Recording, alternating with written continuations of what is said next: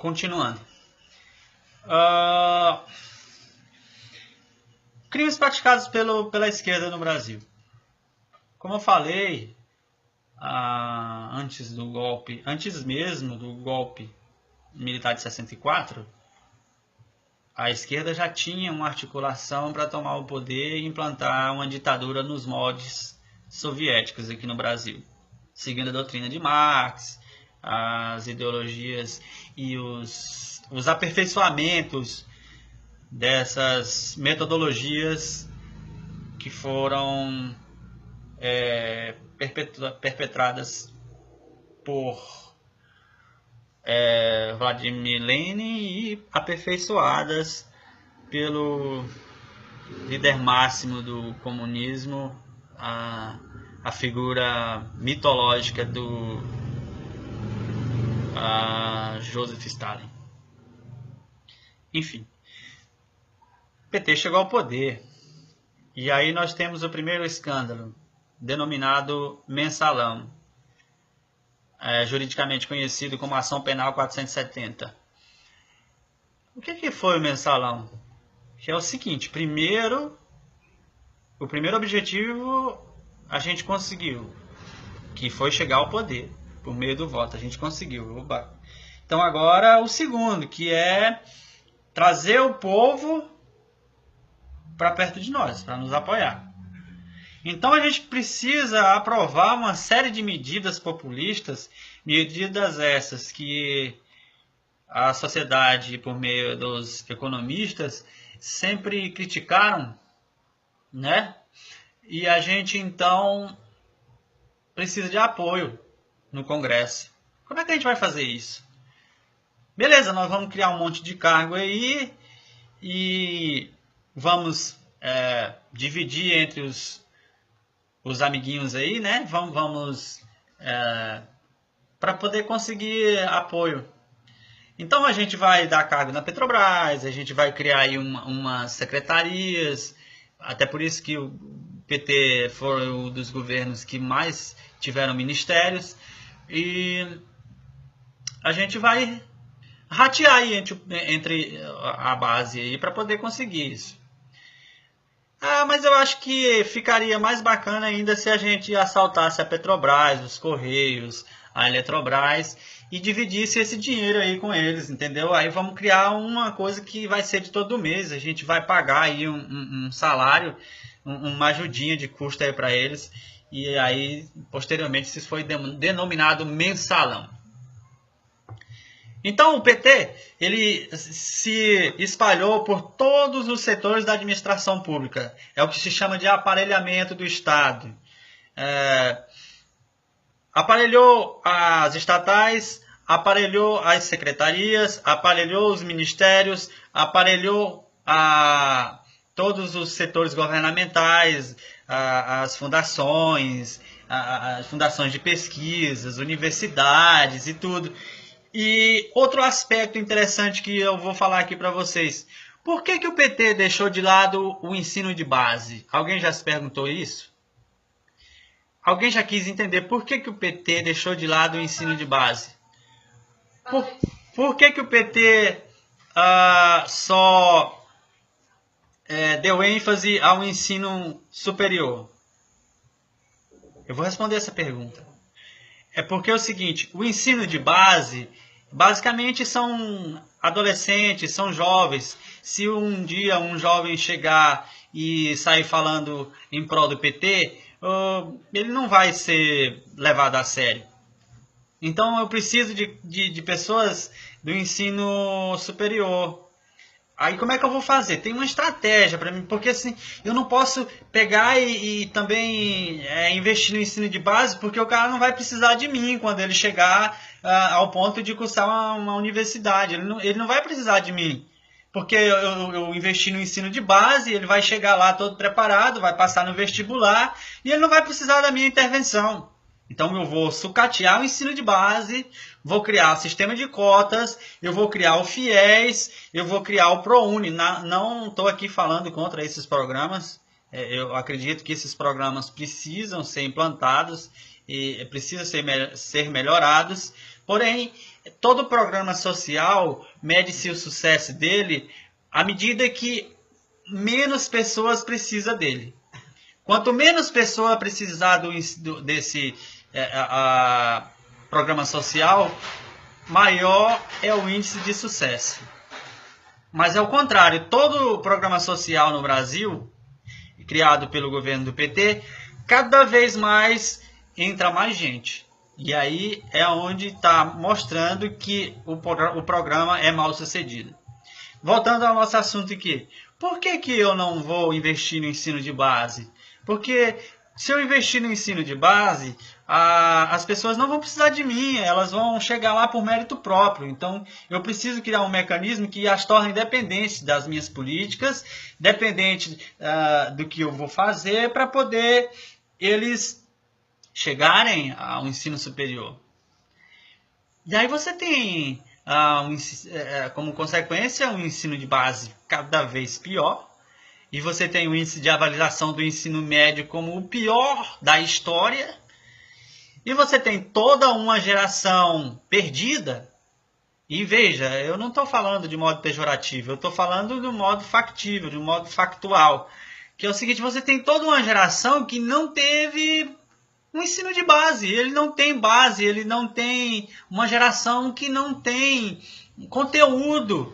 E aí, quando ela chega para disputar um cargo, uma vaga na universidade, ela não tem conteúdo. A gente tem, por exemplo, atualmente, pessoas que terminam o curso de Direito e quando chega no exame da ordem, ele não passa. A gente tem médicos que, quando terminam o curso de Medicina, quando vai fazer a prova do Conselho de Medicina, ele não passa na prova. E com uma diferença, o médico que não passa na prova do Conselho de Medicina, ele pode exercer a função dele, já o advogado não. Agora imagina você, um cara que teve um ensino de base péssimo e entrou pelo FIES. Não estou dizendo que todo mundo é assim, mas vamos aqui fazer uma conjectura. Entrou pelo FIES e fez lá a sua faculdade, passou todas as provas se arrastando, né? Assim como algumas pessoas que eu conheço. E aí depois ele se forma médico e você vai lá se consultar com ele. Aliás, consultar ele, desculpa o lapso de memória aqui, o erro de português. Aí você vai consultá-lo sobre uma doença que você tem. E não é de espantar nem um pouco se ele não souber diagnosticar corretamente, o que tem acontecido com muita frequência. Basicamente é isso que o PT tem feito ao longo de seus governos, porque essa é a intenção. Primeiro, a intenção é trazer o povo para junto de si, para apoiar ele, e não nem um pouco de achar, como é que eu vou dizer, de se assustar com o que está acontecendo atualmente, que você vê cada vez mais as pessoas de universidades, reitores de universidades, universitários, falando bem do PT, que o PT isso, que o PT aquilo. E através de seus programas sociais, ele comprou as pessoas e trouxe para junto de si. Infelizmente para o PT, a Dilma foi cassada, foi impeachmentada, foi impedida.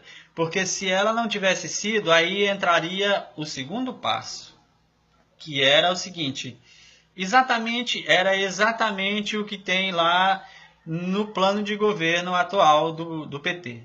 Porque é o seguinte, se o PT voltar ao poder pelas mãos do povo, ele vai ter a certeza de que o povo o apoia o suficiente para que ele implante tudo que ele precisa implantar para poder se perpetuar no poder, para poder ficar aí indefinidamente no poder. Que é o seguinte: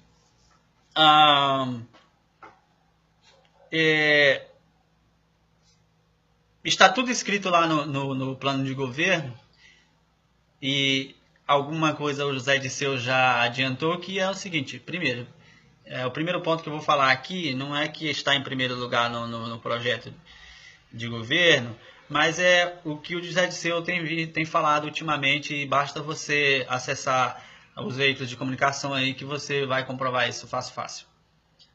Temos que tirar os poderes do Ministério Público, temos que tirar os poderes do STF, temos que tirar os poderes da Justiça no Brasil. Ora, o único órgão de controle que pode impedir que o PT ascenda são justamente esses órgãos, que são representados pelo Ministério Público, Polícia Federal, o Supremo Tribunal Federal e os juízes de primeira, segunda, terceira instância.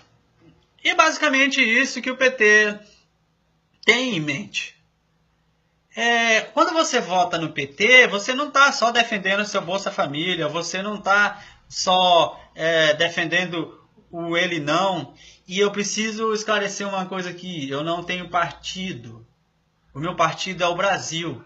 Nessas eleições, serei obrigado a votar no Bolsonaro, não por defender político, porque eu não defendo político, mas porque eu defendo o Brasil. E o que eu preciso, o que você precisa, o que nossos filhos precisam é que o PT saia fora da jogada e que o PT seja varrido da administração pública no Brasil. Não se pode abrir mais espaço para o PT.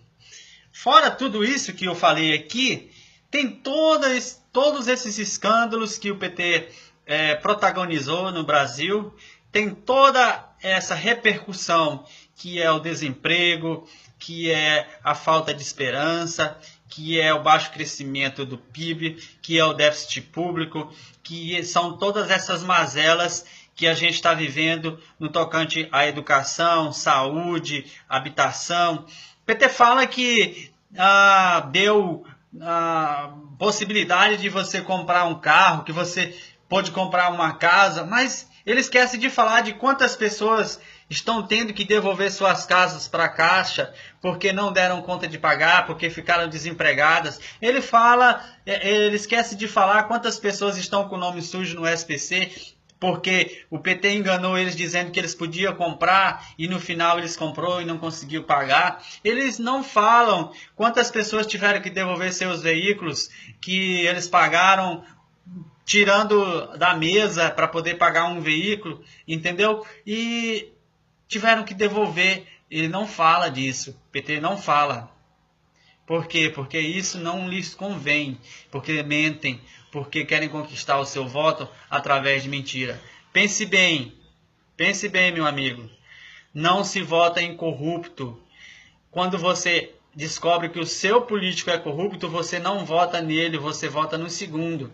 Mas todo mundo é corrupto. Mas não se pode votar no corrupto com essa premissa de que todo mundo é corrupto. Quando você tem certeza, quando o sujeito é condenado, quando toda a cúpula de um partido está envolvida em corrupção, quando a maioria de seus componentes estão presos, e você continua votando nesse partido, aí fica complicado, porque o que você tem que fazer é votar em outros nomes, e se esses nomes roubarem de novo, você vai fazer do mesmo jeito. Não vai votar nele nas próximas eleições. Se você fizer assim em todas as eleições, logo eles irão descobrir que não vão ter votos se roubarem e que você vai estar vigilante. Você não vai votar nele na próxima eleição. Então, o próximo que se seguir a ele não vai roubar. É simples assim.